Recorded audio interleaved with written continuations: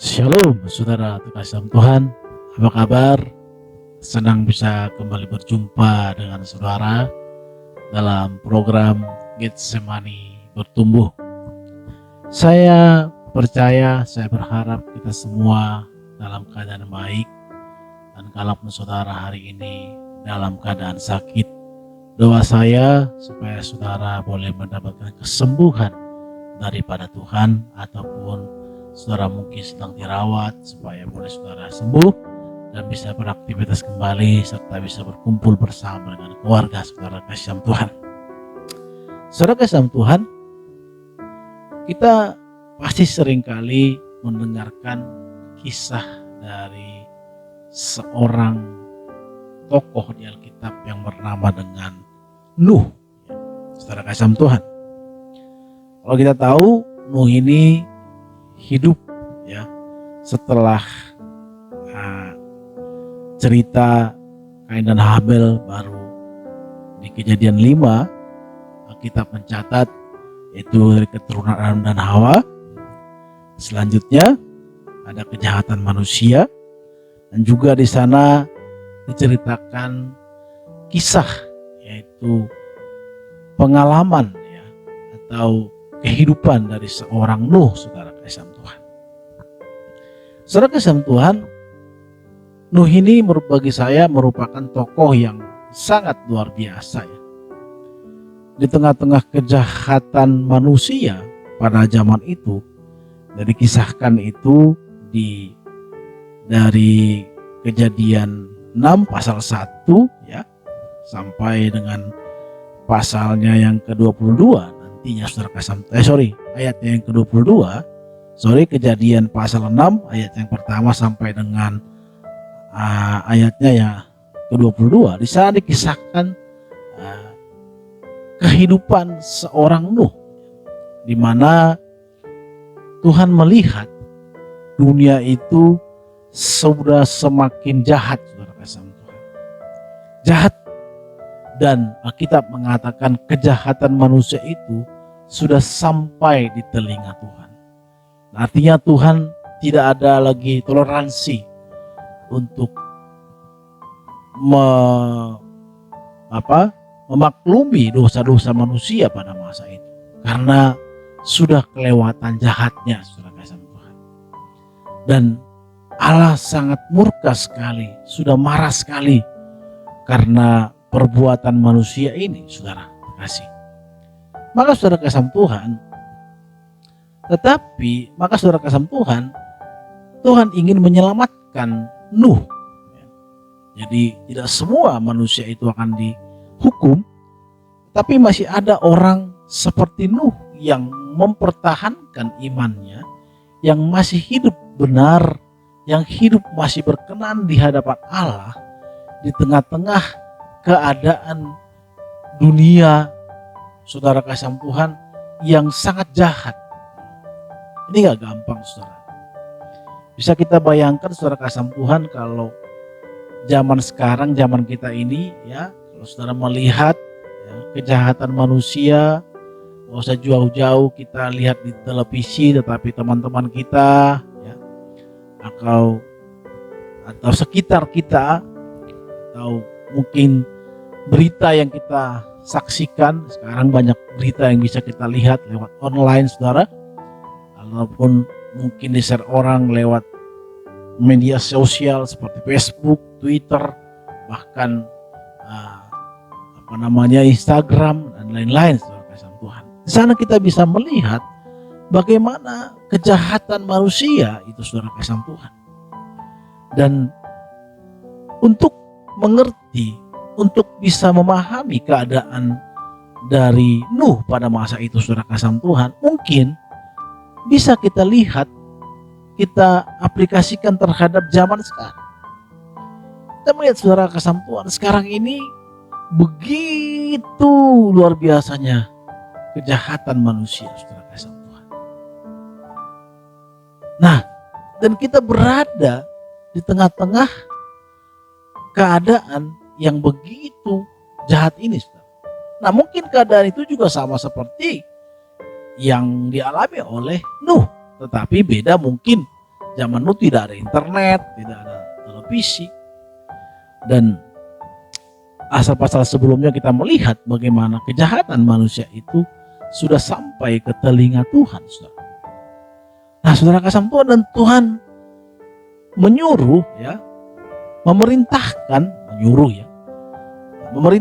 Nuh untuk membangun bahtera, di mana nanti bahtera itu tempat di mana Nuh akan terlindung dari air bah serta keluarganya dan juga binatang-binatang yang akan diselamatkan.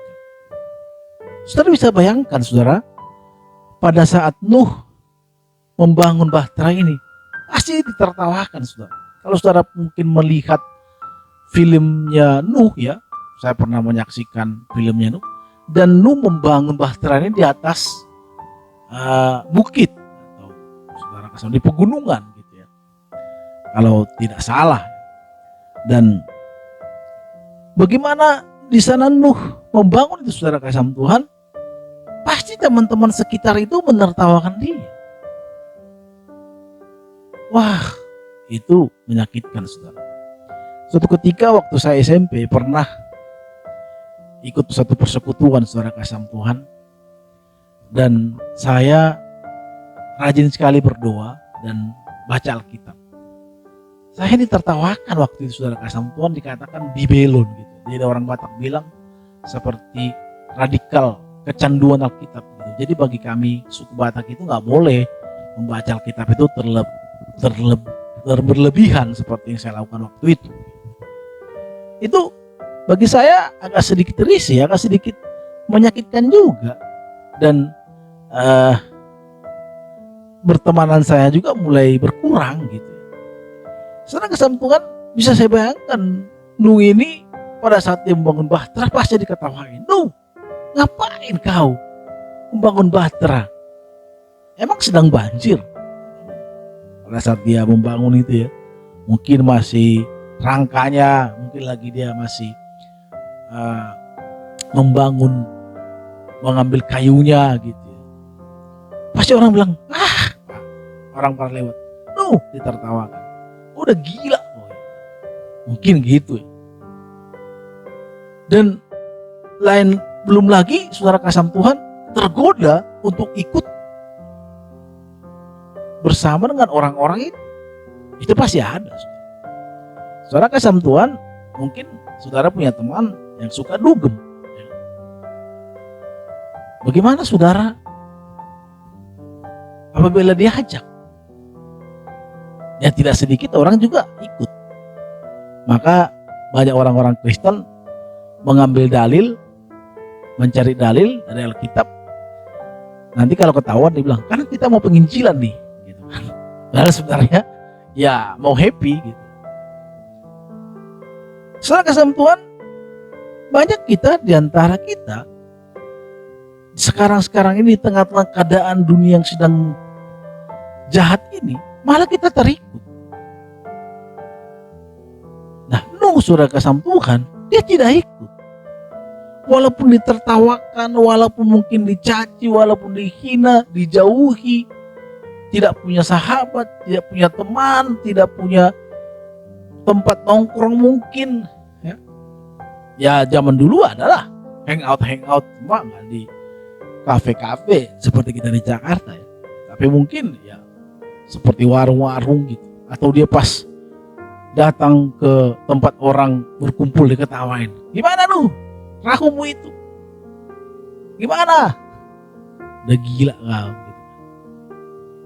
Saya sudah bisa membayangkan ini karena saya pernah hidup di tengah-tengah orang yang tidak cinta Tuhan. Maka pada saat ada orang yang cinta Tuhan, itu habis dibully juga, diledekin lah bahasa Medan. Saudara kasih Tuhan, lu tidak tergoyah, dia tetap membangun bahtera, dia tetap membuat satu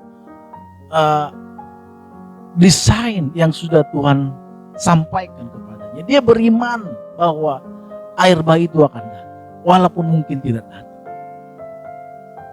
Bagi orang-orang tertentu tidak akan datang, tapi bagi Nuh itu dia percaya bahwa air bah itu akan datang. Dan benar-benar datang, saudara kasih Tuhan. Tapi saudara kasih Tuhan, pada saat dia membangun ini, saya percaya dia begitu tertekan secara psikis, secara mental. Dia pasti tertekan dalam hal itu. Tetapi Nuh tidak mempersoalkannya. Kenapa? Karena dia percaya. Karena dia tahu apa yang Tuhan sampaikan kepadanya adalah benar-benar dan akan terjadi. Saudara kasih Tuhan, keadaan kita sama seperti keadaan Nuh. Di tengah-tengah keadaan sekarang ini sudah mulai rusak, saudara. Saudara bisa melihat itu di mana-mana gitu.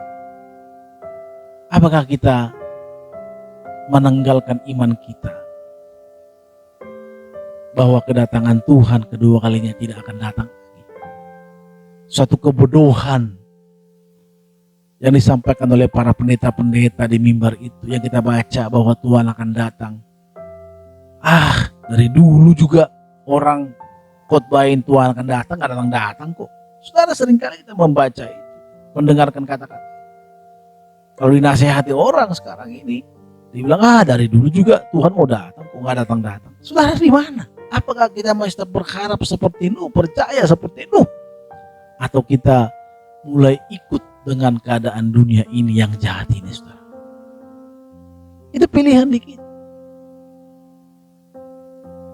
Pilihan di kita. Kita mau mengikuti, tetap mengiring Yesus, berpengharapan kepada Yesus, karena kita tahu dia akan datang kedua kalinya. Mungkin janji itu belum tergenapi sekarang, tetapi Alkitab katakan dia akan datang. Nuh membuktikan bahwa apa yang disampaikan Tuhan kepadanya adalah benar dan terjadi air bah. Tuhan, saudara kasih Tuhan, sekarang juga kita sedang menantikan Tuhan. Mungkin kedatangan Tuhan kedua kalinya tidak, tetapi saudara kasih Tuhan, kita duluan meninggalkan dunia ini. Apakah kita masih tetap percaya kepada Tuhan?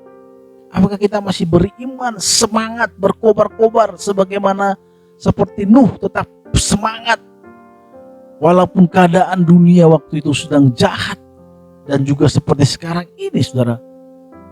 Sekarang begitu jahat, saudara.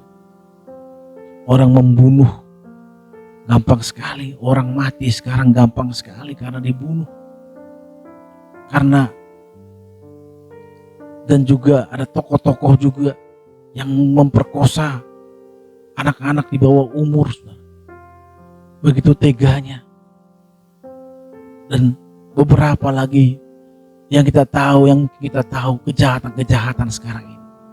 Sekarang ini, saudara kasih Tuhan, orang berbuat dosa tidak lagi prihatin tetapi maklum. Maka saudara kasih Tuhan, apakah kita terikut atau kita menjadi garam di tengah-tengah dunia yang sedang jahat ini?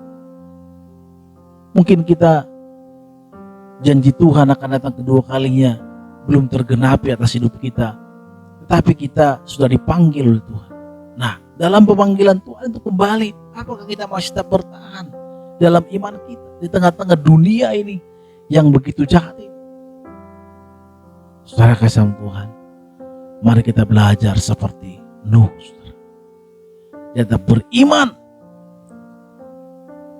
seperti diceritakan di Kejadian 6 ini, ayat yang 9 sampai dengan ayatnya yang ke-22, dan juga dilanjutkan kembali di air bah itu datang, diceritakan di Kejadian 7, saudara.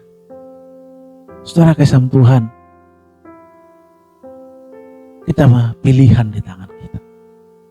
Apakah kita tetap masih percaya kepada janji Tuhan, di mana dia akan datang kedua kalinya menjemput kita, mempelainya, sehingga kita tetap mengerjakan keselamatan kita dengan takut dan gentar, dengan sungguh-sungguh mengasihi Tuhan?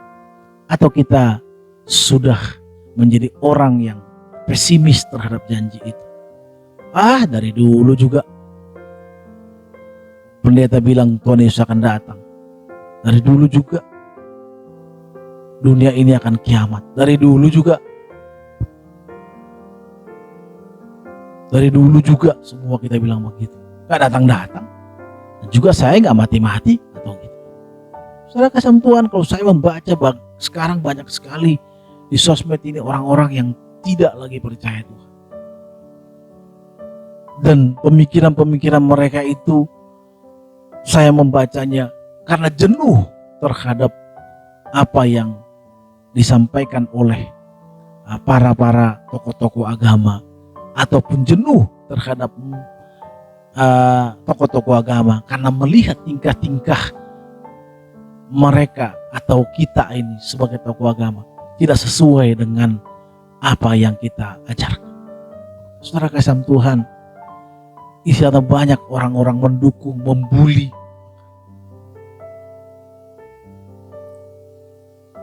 Banyak orang juga terpengaruh dengan itu. Saya punya teman, saudara kasih Tuhan, yang dulunya semangat melayani, sungguh-sungguh melayani, tapi sekarang sudah membeli. Tidak lagi percaya, tidak lagi beriman, tidak lagi berkobar-kobar imannya seperti dulu lagi. Pilihan ada di kita, saudara. Mau memilih tetap berkobar-kobar, menantikan janji Tuhan, seperti Nuh tetap membangun bahtera, atau kita mengikuti kehidupan dunia ini. Itu pilihan di kita. Kalau saya, doa saya terhadap diri saya sendiri dan keluargaku, supaya kami bersama-sama di dalam kerajaan Allah, di mana Tuhan Yesus ada, situ kami juga berada. Doa saya juga, harapan saya juga kepada saudara yang menyaksikan program Getsemani Bertumbuh ini, seperti itu juga. Sampai ketemu lagi saudara kasih Tuhan di Getsemani Bertumbuh setiap hari Jumat jam 8 malam. Tuhan Yesus memberkati saudara kasih Tuhan. Salam sehat untuk kita semuanya. Shalom.